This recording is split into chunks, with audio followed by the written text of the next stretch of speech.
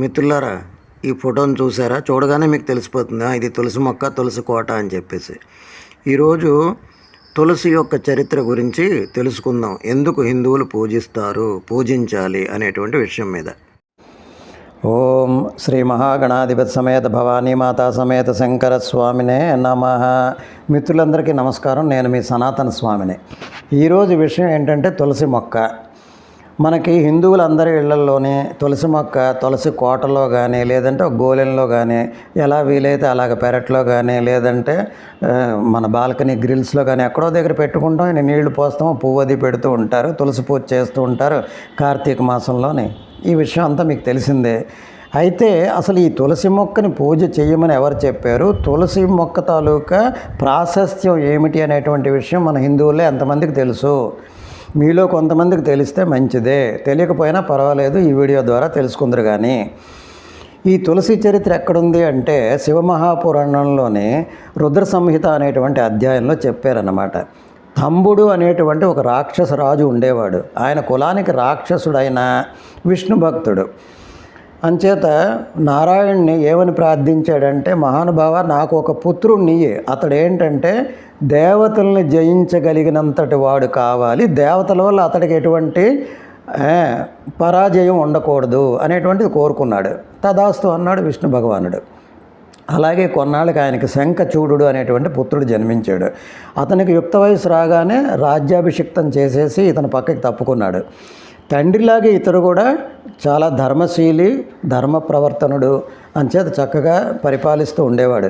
కానీ రాక్షసరాజుల్లో ఎవరైనా సరే కాస్త కీర్తిమంతులు అయ్యారంటే మిగతా రాక్షసరాజులందరూ కూడా ఏకమైపోయి అతడి చెవిలో ఏదో ఒకటి చెప్తారు. మనకి ఎప్పుడూ రాక్షస వంశస్థులకి ఎప్పుడూ దేవతల వల్ల అన్యాయం జరిగింది, నీ సారథ్యంలో మనం వాళ్ళని ఓడించాలి అని ఏదో ఒకటి పూర్వ వృత్తాంతాలని చెప్తూ ఉంటారు.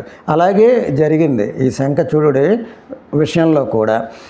కులగురు అయినటువంటి శుక్రాచార్యుని తీసుకొని వచ్చారు, ఆయన ద్వారా చెప్పించారన్నమాట. అయితే సరే అన్నాడు. అప్పుడు శుక్రాచార్యులు వారు ఏమన్నారంటే, నువ్వు దేవతల్ని జయించాలి అని అంటే నీ శక్తులు చాలవు, నువ్వు తపస్సు చేసి మరికొంత శక్తిని సంపాదించు అని ఆశీర్వదించారు. అప్పుడు ఈ శంఖచూడు బ్రహ్మగారి గురించి తపస్సు చేస్తే బ్రహ్మ ప్రత్యక్షమే 2 వరాలు ఇచ్చాడు. ఒకటి ఏంటంటే కృష్ణ కవచం అనేటువంటి కవచం ఇచ్చాడు. అంటే మనం ఒక జాకెట్ లాంటిదన్నమాట, కంఠంలో ముడేసుకోవాలి, జాకెట్ లాగా ఉంటుంది. ఏమన్నాడంటే, ఈ కృష్ణ కవచం నువ్వు ధరించి ఎవరితో యుద్ధం చేసినా వాడు నిన్ను జయించలేడు. 2, ఈ పక్కనే తపస్సు చేస్తోంది ధర్మధ్వజుడు అనేటువంటి ఒక రాజు తాలూకా కుమార్తె, ఆమె పేరు తులసి, ఆమెను వివాహం చేసుకో, భవిష్యత్తులో పతివ్రతాంగనంలో గొప్ప పతివ్రత అవుతుంది. ఆమెను వివాహం చేసుకోవడం వల్ల మీ ఇద్దరి పేర్లు ఆచంద్ర తారార్కము కూడా నిలిచి ఉంటాయి అని చెప్పేసి ఆశీర్వదించాడు. అలాగే బ్రహ్మగారు చెప్పిన విధంగా ధర్మధ్వజుడు కూతురైనటువంటి తులసిని వివాహం చేసుకున్నాడు. ఆ తర్వాత రాజ్యం సుస్థిరంగా ఉన్నది. ఒకనాడు ఈ సైన్యాల్ని అందరినీ వెంటబెట్టుకుని అమరావతి మీద దండెత్తాడు, అంటే స్వర్గం మీద దండెత్తాడు. దండెత్తి దేవరాజు ఇంద్రుడిని, దేవతలందరినీ ఓడించాడు, తన వారిని అందరినీ నియమించాడు. అంతవరకు బాగానే ఉంది. అంటే ఇప్పుడు దేవతలకు ఏంటంటే పోస్ట్లోంచి పీకి పారేసాడు అందరు. కానీ వాళ్ళకి ఏంటంటే డైరెక్షన్స్ ఇచ్చాడు. భూమాతకి ఏమన్నాడంటే, నువ్వు ప్రతిసారి విత్తనం వేయక్కర్లేకుండా ఒకసారి విత్తనం వేస్తే సంవత్సరం పొడుగున అలా పంట ఇస్తూనే ఉండు, ఒకదాని తర్వాత ఒకటి అన్నాడు. 2, వాయువుకి ఏం చెప్పాడంటే, నీ వల్ల ఫలములు పుష్పాలు చెట్ల మీద మొక్కల మీద వస్తాయి కాబట్టి ఇక నుంచి సీజన్తో ఋతువుతో సంబంధం లేకుండా సంవత్సరం పొడుగున ఫలపుష్పాలు రావాలన్నాడు. వరుణదేవుడిని పిలిచి ఏమన్నాడనంటే, నువ్వు మా వాళ్ళతోటి చెప్పిన విధంగా సంవత్సరం పొడుగునా ఎక్కడ కావాలంటే అక్కడ వర్షాలు కురిపించాలి తప్ప నీ ఇష్టానుసారం కురిపించకపోవడం అంటూ ఉండకూడదు అన్నాడు. ఇలాగ ప్రకృతి నియమాలన్నింటినీ కూడా మార్చివేశాడు. అప్పుడు ఈ భూమాత, ఈ దేవతలు వీళ్ళంతా వెళ్ళి బ్రహ్మగారితో మొరపెట్టుకున్నారు, మీరేమించి వరాలు ఇచ్చేస్తారు, వాళ్ళు మమ్మల్ని ఓడించారు, ప్రకృతి అంతా కూడా పీడింపబడుతోంది అని చెప్పేసి. బ్రహ్మగారు అన్నారు, అడిగితే వరం ఇవ్వడం తప్ప ఆ తర్వాత విషయం నాకు తెలీదు, విష్ణు భగవాన్ దగ్గరికి వెళ్దాం పదండి అన్నారు. అంతా కలిపి విష్ణుమూర్తి దగ్గరికి వెళ్ళారు. విష్ణుమూర్తి నవ్వుతూ అన్నాడు, దంబుడు అంటే ఈ శంఖచూడు తండ్రి నా భక్తుడు, శంఖచూడు నా భక్తుడు. నిజానికి చెప్పాలంటే ఈ శంఖచూడు శాశ్వత గోలోకవాసి, వాడి పేరు సుధాముడు. నేను అక్కడ కృష్ణుడు రాధతో ఉంటే మా చెలికాడు, మా ప్రధాన సేవకుడు. ఏదో చిన్న తప్పు వల్ల కోపంలోని రాధాదేవి శపించి రాక్షసుడివే ఓ జన్మెత్తిన శపించింది, అందుకే పుట్టాడు. నా భక్తుడు, నా మిత్రుడు అయినటువంటి వాడిని నేనేమీ చేయలేను, చెయ్యను కూడా. పదండి శివుణ్ణి అడుగుదాం, ఆయన చూసుకుంటాడు అన్నాడు. సో మరి బ్రహ్మ విష్ణువులు దేవతలు అందరూ శివుణ్ణి ప్రార్థించారు. శివుడు అన్నాడు, దేవతలు బ్రహ్మ విష్ణువు మీరంతా నా భక్తులు, మీ కష్టాలు తీర్చడం నా కర్తవ్యం. సరే నేను శంఖచూడు విషయం నేను పట్టించుకుంటాను, మీరు వెళ్ళండి అన్నాడు. ఒక దూతను పంపించాడు శంఖచూడు దగ్గరికి. దేవతలందరినీ వాళ్ళ వాళ్ళ పదవుల్లో నియమించింది నేను, అంటే శివుడి తరపున దూత చెప్తున్నాడు అనమాట. నేను నా నియమాల ద్వారా ప్రకృతి కూడా నడుస్తూ ఉంటుంది, నువ్వు వాటిని ఉల్లంఘించరాదు. అంచేత దేవతలందరినీ కూడా వాళ్ళ వాళ్ళ పదవులకి వాళ్ళకి ఇచ్చేసాయి, ప్రకృతిని పరంగా ఎలా ఉంటే అలా నడవాలి అని. అప్పుడు శంఖచూడు ప్రతి సమాధానం ఏమిచ్చాడు దూత ద్వారా? నేను నా పరాక్రమం వల్ల, నా భుజబలం వల్ల దేవతలను ఓడించి స్వర్గం మీద ఆధిపత్యం వహించి నా రూల్స్, నా శాసనం, నా ప్రభుత్వం ప్రకారం నేను నడుపుతున్నాను. ఇంతకు ముందు ప్రభుత్వంలో రూల్స్ నాకు తెలియదు. అంచేత దమ్ముంటే శివుడికి నన్ను ఓడించి మళ్ళీ ఆయన తాలూకా ప్రభుత్వాన్ని తిరిగి స్థాపించుకుని ఆయనకి కావాల్సిన వాళ్ళని నియమించుకొని ఆయన రూల్స్ ప్రకారం పరిపాలించుకోమని నాకు అభ్యంతరం లేదని ప్రతి సమాధానం ఇచ్చాడు. అంటే శివుడిని యుద్ధానికి ఆహ్వానించాడు అనమాట. సరే శివుడు సరే అన్నాడు, యుద్ధఘోష వినిపించింది. మీకు తెలుసు కదా శివుడి దగ్గర ఎటువంటి వాళ్ళు ఉంటారో, ప్రమద గణాలు, రుద్రగణాలును. ఈ మొత్తం గణాలకి అన్నిటికీ గణనాయకుడే గణనాథుడు విఘ్నేశ్వరుడు. అలాగే దేవసేనాధిపతి మరో కుమారుడు కార్తికేయుడు కుమారస్వామి, వీరభద్రుడు, భద్రకాళి, నంది, భృంగి, శృంగి, అష్టభైరవులు, ఏకాక్షుడు, పింగాక్షుడు, మహాకారుడు అనే గణాధిపతి. వీళ్ళంతా కూడా లెఫ్టినెంట్ జనరల్స్ లాంటి వాళ్ళు. వీళ్ళకి వెనకాల ఒక్కొక్క కోటి సైన్యం ఉంటుంది. సో వీళ్ళంతా శివుడితో పాటు యుద్ధానికి వచ్చేసారు. శంఖచూడు కూడా కృష్ణ కవచం ఉంది కదా, ఆ జాకెట్ వేసుకున్నాడు. పెళ్ళాంకి చెప్పాడు, నువ్వు ధ్యానంలో ఉండి నీ పాతివ్రత్యం ఉన్నంత వరకు నన్ను ఎవడు విష్ణువు కానీ రుద్రుడు కానీ ఎవరైనా ఓడించలేడని యుద్ధభూమికి వచ్చాడు. యుద్ధం నడుస్తుంది. ఎన్ని రోజులున్నా క్లియర్ రిజల్ట్ ఏం రావట్లేదు, పరిణామం. అప్పుడు శివుడు ఆలోచించాడు, వీడితో అస్త్రాలు బాణాలు ఇవన్నీ నేనెందుకు వేయడం, విజయం అనే నా త్రిశూలం ప్రయోగిస్తాను, పట్టు అయిపోతాడు, బుగ్గు అయిపోతాడు దెబ్బకని. గబ పరిగెత్తుకుని బ్రహ్మగారు వచ్చి చేతులు జోడించారు. స్వామి పరమేశ్వర, నువ్వు నీ విజయం త్రిశూలం ప్రయోగిస్తే ఎదురు నిలిచేవాడు ఎవడో లేడు, భస్మం అయిపోతాడు. కానీ నా మాట ఏమిటి, నా నేను ఇచ్చిన వరం తాలూకా ప్రయోజనం ఏమిటి అని అన్నాడు. మరి ఏమిటనంటే అతడి కృష్ణ కవచం ఉన్నంత వరకు, అతడి భార్య పాతివ్రత్యం ఉన్నంత వరకు అతడికి పరాజయం లేదని నేనే వరం ఇచ్చాను అని అన్నాడు. సరే నీ మాట కూడా నిలబెడతానని విష్ణు పక్క చూసి మిగతా కార్యం నువ్వు కాని అన్నాడు. అప్పుడు విష్ణుమూర్తి మరుసటి రోజు ఒక బ్రాహ్మణ వేషంలోని శంఖచూడు దగ్గరికి వెళ్ళి దానం కావాలన్నాడు. సేమ్ మనకి మహాభారతంలోని కర్ణుడికి అయినట్టుగా అనమాట. కర్ణుడు చూడండి, ఇంద్రుడు బ్రాహ్మణ రూపంలో వచ్చి కవచకుండలాలు అడిగి పట్టుకుపోతాడు, అలాగనమాట. సరే ఈ బ్రాహ్మణుడు దానం కావాలంటే ఏం కావాలంటే నీ మెడలో మెరిసిపోతున్నటువంటి ఆ కృష్ణ కవచం నాకు ఇచ్చి అన్నాడు.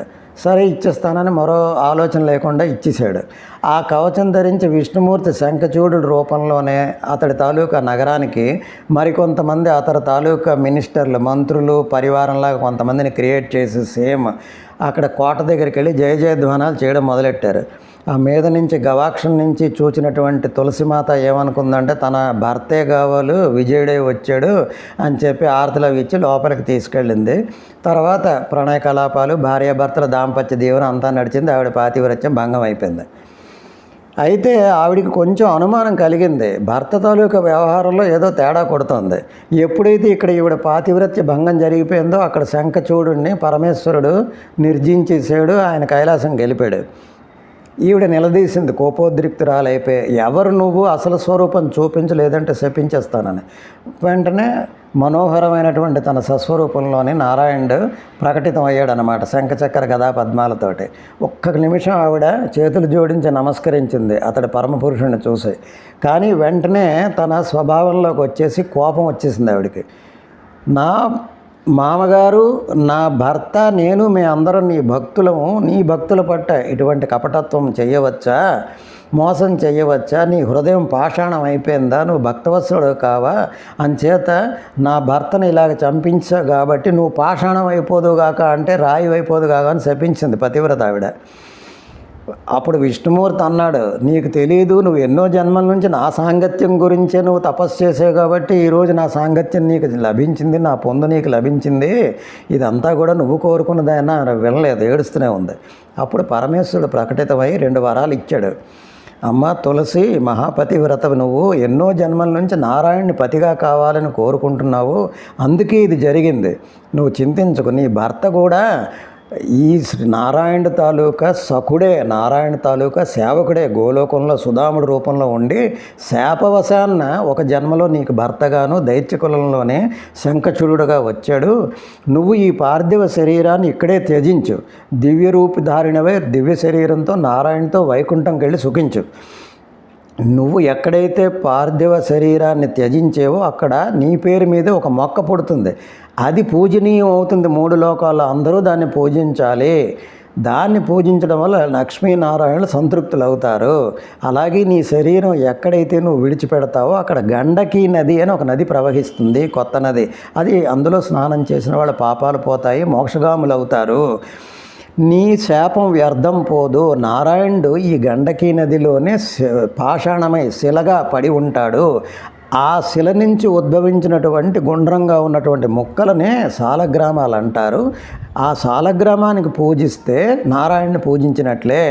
నా శివలింగాన్ని పూజిస్తే నన్ను పూజించడం ఎలాగో సాలగ్రామ రాయిని శిలని పూజిస్తే దాని మీద ఒక పువ్వు పెడితే నారాయణ పాదాల దగ్గర ఒక పువ్వు పెట్టినట్టుగా అని చెప్పేసి వరదానాలు ఇచ్చాడనమాట. అలాగే నీవు ప్రీతిపాత్రులు నారాయణుడికి, ఇక నుంచి నీ దళములు కానీ నీ మాలలు కానీ నారాయణుడికి అర్పిస్తే ఆయన సంతృప్తుడు అవుతాడు అని ఆయన వరదానం ఇచ్చాడనమాట. అందుకే మనం సాలగ్రామాన్ని పంచాయతనంలో కూడా పెట్టుకుంటాము. సాలగ్రామం మీద ఒక పువ్వు పెడితే నారాయణ మీద పువ్వు పెట్టినట్టుగా శివాజ్ఞని అనుసరించి ఆ రోజు నుంచి ప్రతి ఇంట్లోని తులసి మాతకి, తులసి మొక్కకి పూజ చేస్తున్నాము. ఆమె లక్ష్మీ స్వరూపము. తులసి మొక్కకి పూజ చేస్తే సకల సౌభాగ్యాలు కలుగుతాయి, లక్ష్మీనారాయణ సంతృప్తులు అవుతారు. ఇదంతా శివాజ్ఞ. దాని ప్రకారం కూడా అందరం మనం ఇంట్లోనే తులసి మొక్కని పెంచుకుంటున్నాము. ఈ విషయం మన వాళ్ళందరికీ తెలియజేస్తే మంచిదని నా అభిప్రాయం. అందుకే ఈ వీడియో ద్వారా వచ్చాను. మరో మంచి విషయంతో మళ్ళీ కలుద్దాం. ఉంటాను. స్వస్తి. ఓం నమః శివాయ.